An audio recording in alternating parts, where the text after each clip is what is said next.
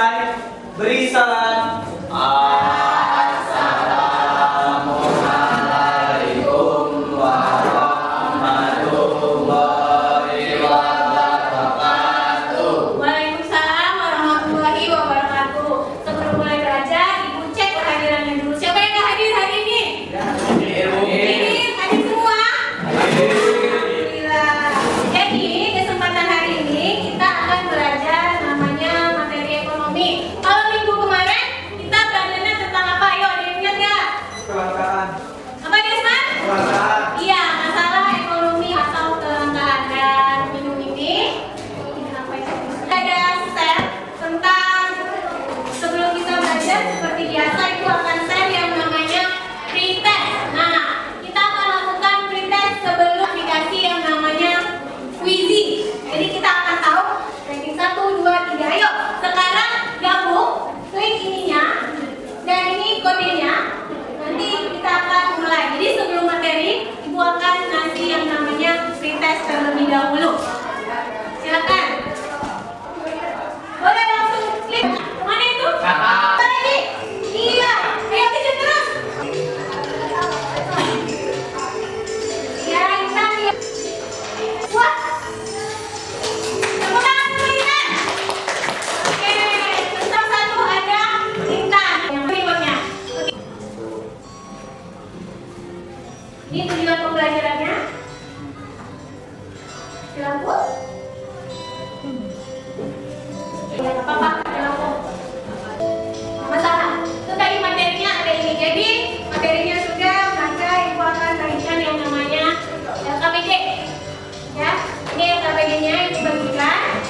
Nanti kalian gabung dengan kelompoknya, baru diskusi.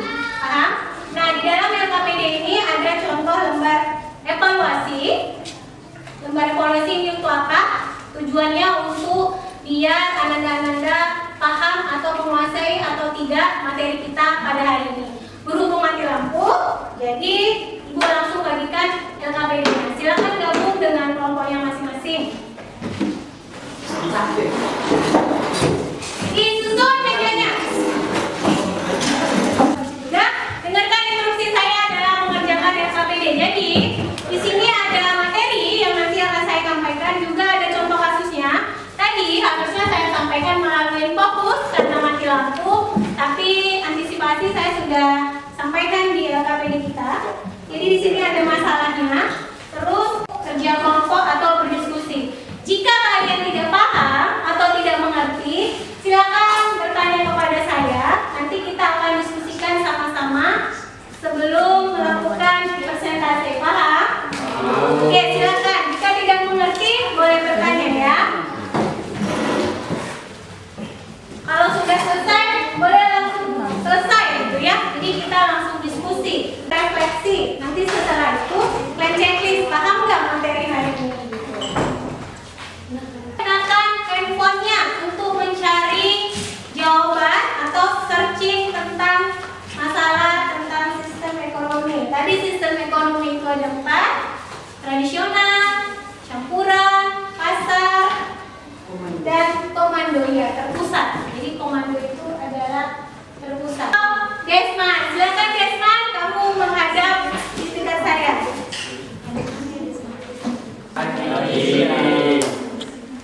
Saya Desman, perwakilan dari kelompok 2, akan menjelaskan sedikit tentang diskusi kami yang ada di lembar kerja yang sudah dibagikan oleh Bu Nova tadi. Kawan-kawan boleh lihat ya yang ada gambar ilustrasi ini. Jadi tadi kami diskusi ada 5 pertanyaan, kami telah menjawab. Yang pertama, apa yang kalian pikirkan tentang ilustrasi gambar di atas? Menurut kami yaitu adalah pencampuran beberapa unsur menjadi satu dalam satu adonan gitu. Yang kedua, sebutkan sistem ekonomi apa saja yang terdapat pada gambar ilustrasi di atas. Menurut kelompok kami, sistem ekonomi yang terdapat pada gambar ilustrasi tersebut ialah sistem ekonomi campuran. Yang ketiga, coba analisis apa saja kekuatan dan kelemahan dari masing-masing sistem ekonomi yang ada. Setelah kami analisis dan kami cari dari beberapa sumber referensi, kami memutuskan yaitu kelebihan dari sistem ekonomi campuran yaitu A. Adanya pengakuan pemerintah atas hak individual. B. Penetapan harga barang atau jasa dapat dikendalikan dengan mudah. C. Pemerintah mengutamakan kemakmuran rakyat. D. Pihak swasta tidak dapat mengeksploitasi sumber daya dengan semena-mena. E. Kondisi ekonomi negara dengan sistem ini cenderung stabil. F. Perkembangan ekonomi berjalan cepat karena adanya persaingan yang jelas. Selain kelebihan, ada juga kelemahan dari sistem ekonomi campuran itu. Antara lain, kelemahan yang pertama, pemerintah bertanggung jawab lebih besar dibanding pihak swasta. Kelemahan yang kedua, masih terjadi masalah ekonomi meski pemerintah berperan aktif di dalamnya, seperti inflasi. Ketiga, pemerataan pendapatan sangat sulit diwujudkan. Yang keempat, pertumbuhan ekonomi lebih lambat dibandingkan sistem ekonomi liberal. Dan yang terakhir, kelemahan yang menurut kelompok kami yaitu pihak swasta tidak dapat memaksimalkan keuntungannya. Lalu, apa saja sih negara yang menerapkan sistem ekonomi campuran? Maka akan kami paparkan beberapa negara yang menerapkan sistem ekonomi campuran sekaligus jawaban dari nomor 4, yaitu adalah negara kita Indonesia, lalu ada India, ada Filipina, Malaysia, Prancis, Mesir, dan Australia. Mungkin sekianlah hasil diskusi dari kelompok kami. Untuk kawan-kawan kelompok lain yang ingin menyanggah atau bertanya, kami persilahkan. Perwakilan dari kelompok 5. Apakah sistem ekonomi campuran lebih menjamin stabilitas ekonomi di Indonesia? Jika tidak, boleh dijelaskan. Oke, tadi yang campuran siapa? Desman lagi. Keren juga. Baiklah, di sini saya akan menjawab pertanyaan dari kelompok kami, yaitu apakah sistem ekonomi campuran lebih menjamin stabilitas ekonomi di Indonesia? Nah, jika dibandingkannya dengan tradisional, jelas dia lebih menjamin. Itu kenapa pemerintah memberikan solusi sistem ekonomi campuran dan menerapkannya di Indonesia, walaupun sebenarnya penerapannya belum merata. Kenapa dibilang dia lebih menjamin? Karena seperti ini, sistem ekonomi campuran itu melibatkan banyak pihak. Jadi itu memperkecil kemungkinan adanya monopoli perdagangan oleh pihak swasta juga di Indonesia, walaupun sebenarnya penerapannya belum merata. Kenapa dibilang dia lebih menjamin? Karena seperti ini, sistem ekonomi campuran itu melibatkan banyak pihak. Jadi itu memperkecil kemungkinan adanya monopoli perdagangan oleh pihak swasta. Juga dia lebih memudahkan pemerataan ekonomi, di mana sistem perekonomian campuran ini ikut terlibat pemerintah di dalamnya. Jadi lebih kompleks pengaturannya, baik itu dari pemerintah, dari swasta. Jadi sistemnya terbagi secara merata, jadi dia lebih stabil dibandingkan dengan yang tradisional tadi. Karena seperti yang kita bahas tadi, karena kalau tradisional itu dia hanya dengan tujuan pemenuhan kebutuhan hidup, tidak lebih daripada itu. Jadi menurut kelompok kami, sistem ekonomi campuran lah yang lebih menjamin stabilitas ekonomi di Indonesia. Terima kasih. Tepuk tangan. Sudah kelihatan mana sistem ekonomi yang lebih menjamin atau lebih dominan. Kalau zaman dulu kita tetap menggunakan yang namanya sistem ekonomi tradisional. Ya, kalau sistem ekonomi pemerintah atau pemandu dia mencakup semua diatur pemerintah. Tapi kalau sistem ekonomi campuran kita bebas. Kita boleh ambil dari luar negeri kita, jadi itu semuanya bebas. Nah, itu tadi sudah dibahas sistem ekonomi yang ada di Indonesia. Terus masalahnya adalah sistem ekonomi mana sih yang paling dominan? Yaitu sistem ekonomi campuran. Setelah ini kita akan kasih kesimpulan dari yang sudah kita buat. Seperti biasa, yang akan kesimpulan adalah timnya kelompok, baru setelah itu saya. Nanti setelah itu kita akan ngerjain yang namanya lembar evaluasi. Boleh di kelompok sini yang ngasih kesimpulan, kelompok Intan silakan. Terima kasih buat kesempatannya. Di sini saya akan menyimpulkan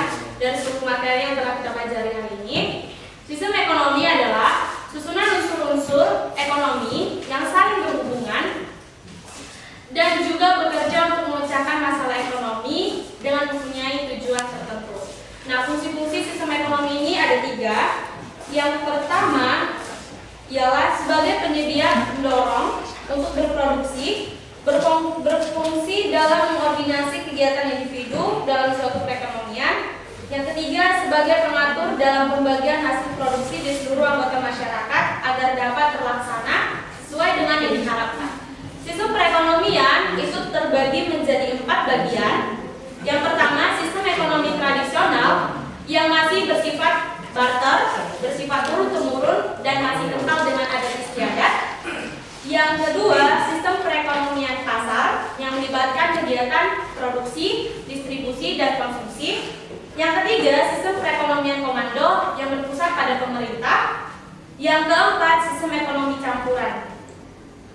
Saya rasa cukup sekian dari kesimpulan tentang sistem perekonomian. Terima kasih.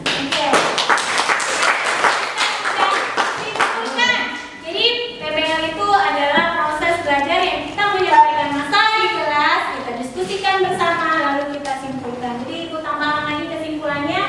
Jadi sistem ekonomi yang berlaku di Indonesia dari zaman Presiden Soekarno sampai Presiden sekarang siapa presiden kita? Jokowi. Sistem ekonominya terus berkelanjutan. Terus kesimpulan kita akan masuk yang namanya evaluasi. Evaluasi bertujuan untuk pemahaman kalian dan refleksi. Seperti biasa, soalnya sudah Ibu kasih. Tulis di kertas lembar evaluasinya, kasih emoticon, nanti dilipat, dikumpulkan setelah kalian mau jalan keluar kelas. Tidak saya kutip ya. Nanti hadiah untuk pretest dan evaluasi akan saya kasih di minggu pertemuan yang berikutnya. Paham? Oke, sekarang silakan kerjakan evaluasinya di kertas lembar. Tulis nama, emoticon kalian hari ini apa setelah mengerjakan diskusi dan belajar tentang sistem ekonomi. Ya, ini lembar evaluasinya. Silakan tulis di kertas lembar ya. Ya? Hah? Iya, kasih nama setiap nomor, dikasih emoticon. Nanti pas ke depan boleh di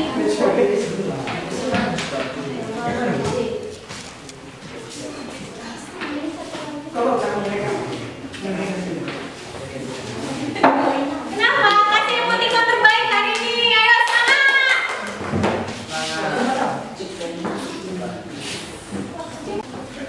Jangan mau kalah. Tadi siapa yang pretest yang menang? Intan ya? Aku berdua tuh Dapat permen kaki. paling itu udah senang-senang deh.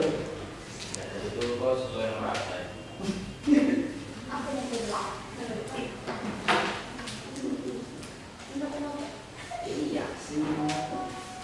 Jangan lupa dilipat sesuai hati kalian.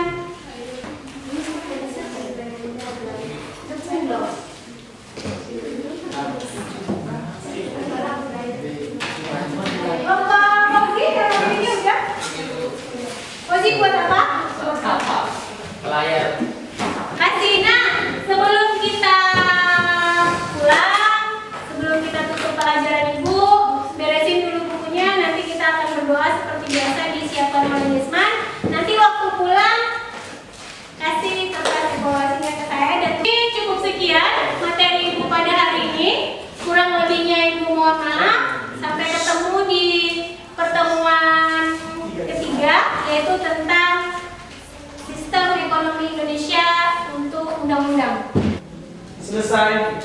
Ucapkan salam.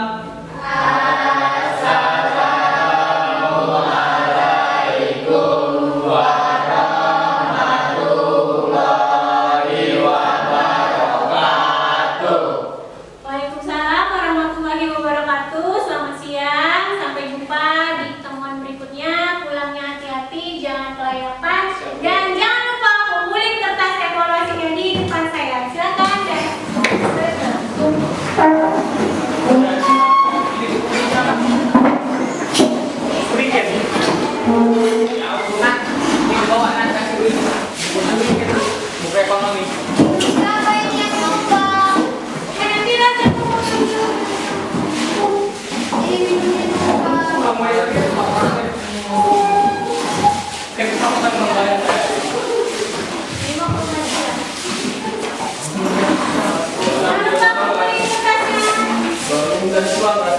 Pulang,